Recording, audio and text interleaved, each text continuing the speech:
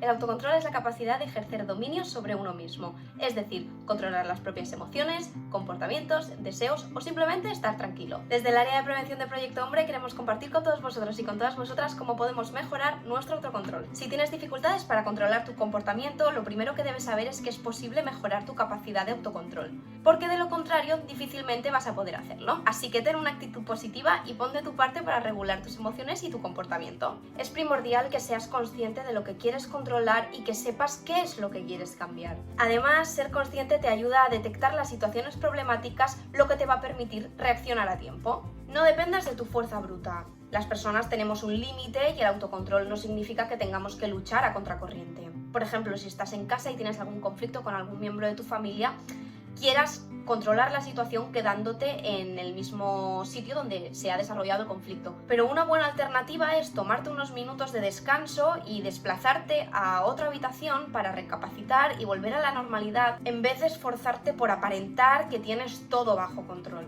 Y por último, modifica tu ambiente. Imagina que estás estudiando en tu habitación y tienes un cuenco de caramelos delante tuyo. Evidentemente comerás más caramelos si los tienes delante de tu escritorio que si no los tienes.